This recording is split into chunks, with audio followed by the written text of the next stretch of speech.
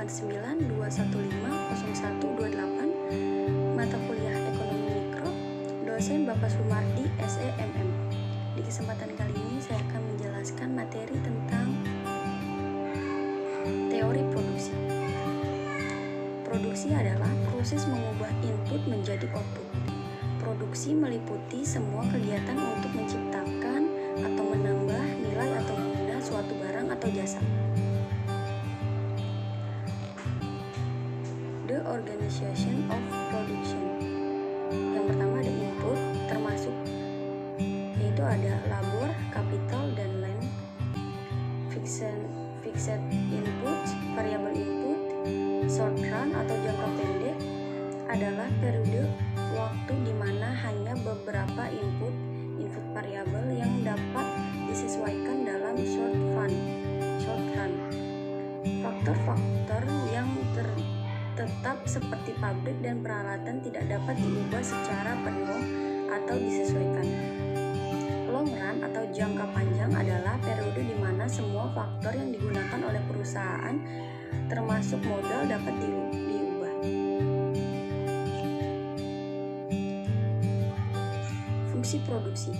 Hubungan antara jumlah output Q dengan jumlah input yang dipergunakan dalam proses reproduksi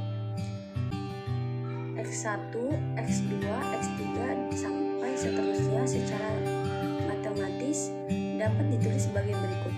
Q sama dengan F sama dikali X1, X2, X3 dan seterusnya, di mana Q sama dengan output, X sama dengan input.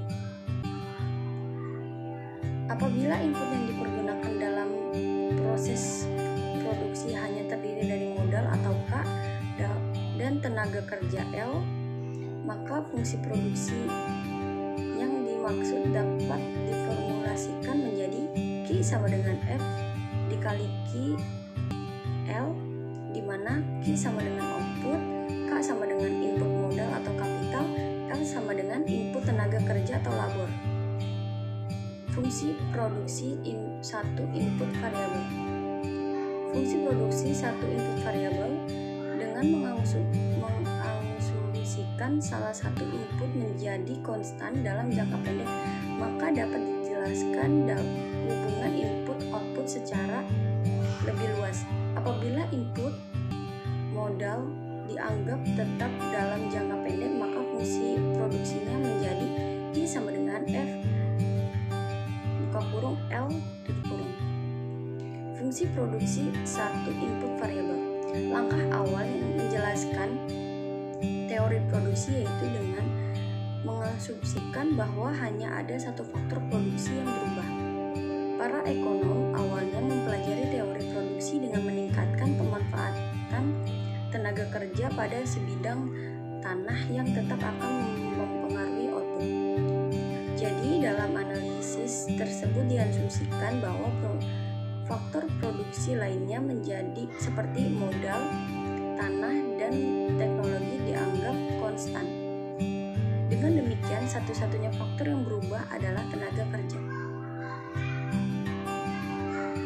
Hukum hasil lebih yang semakin berkurang. Jika faktor produksi yang dapat dirubah jumlahnya atau tenaga kerja terus-menerus ditambah satu unit, pada mulanya produksi total akan semakin banyak pertambahannya.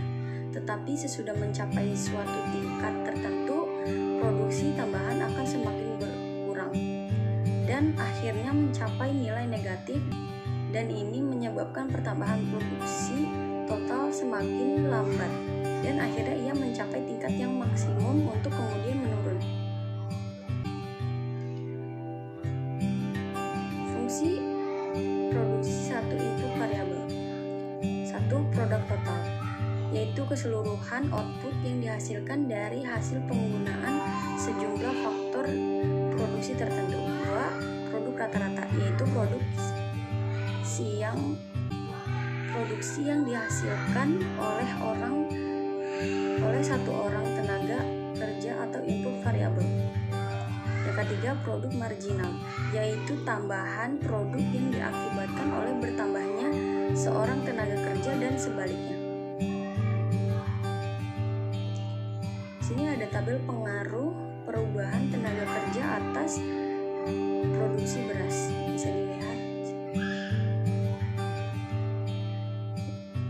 Kita lanjut. Sini ada kurva produksi total, produksi rata-rata, dan produksi marginal.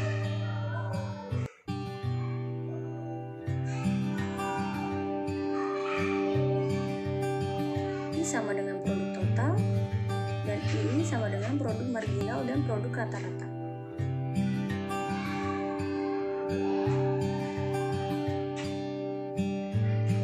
Kurva produksi total, produksi marginal, dan produksi rata-rata.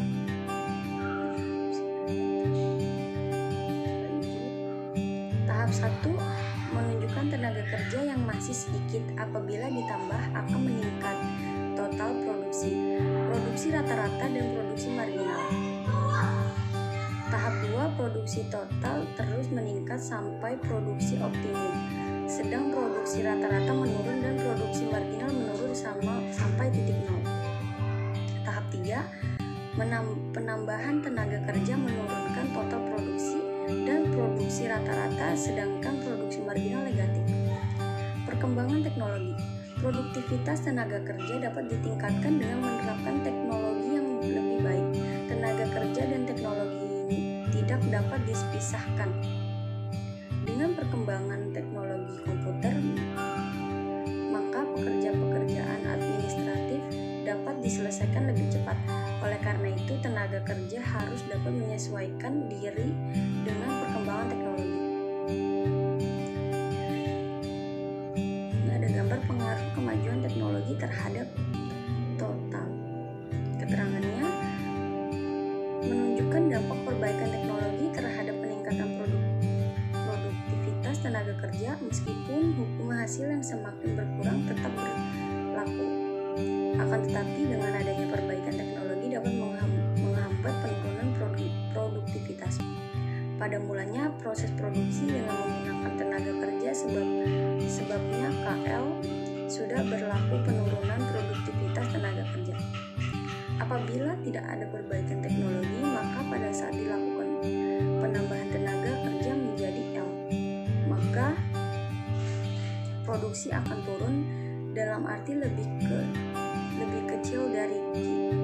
Namun dengan adanya perbaikan teknologi, maka penambahan tenaga kerja produksi naik menjadi